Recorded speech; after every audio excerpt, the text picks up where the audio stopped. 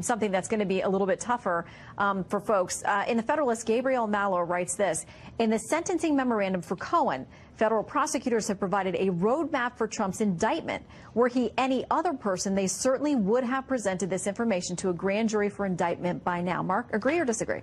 Well, so here's where this becomes a problem for Democrats and why this whole Mueller probe could end up being a disaster for the Democrats, is that if this was supposed to be about Russia and a criminal conspiracy with Russia to affect the 2016 election, if Mueller finds some evidence of that, then Trump will be impeached and probably convicted if there's evidence that he did that. If he doesn't, he's not going to be convicted.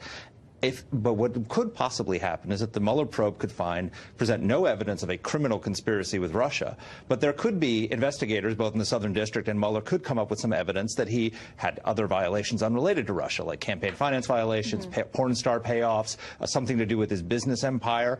That becomes a disaster for Democrats because their base will demand impeachment, and they will be pushed into. It'll be very hard for them to resist that. That impeachment effort will fail because two-thirds of the Senate is not going to convict the president for porn star payoffs.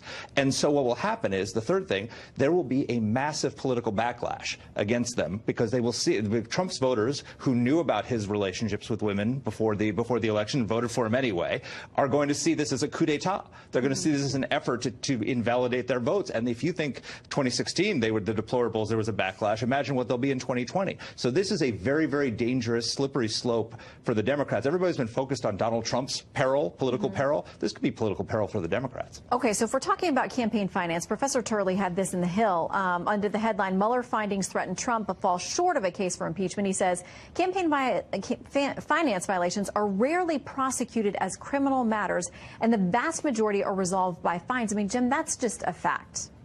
Right, although a lot of the ones that are administrative, that are fines, involve PACs as opposed to individuals. But I think the general point he's making is completely valid, which is we have to go with evidence. And there's so much hysteria, so much emotionality, so much political posturing that it's kind of hard to know what the actual evidence is. Non-disclosure agreements may be really ugly things, but they're not illegal.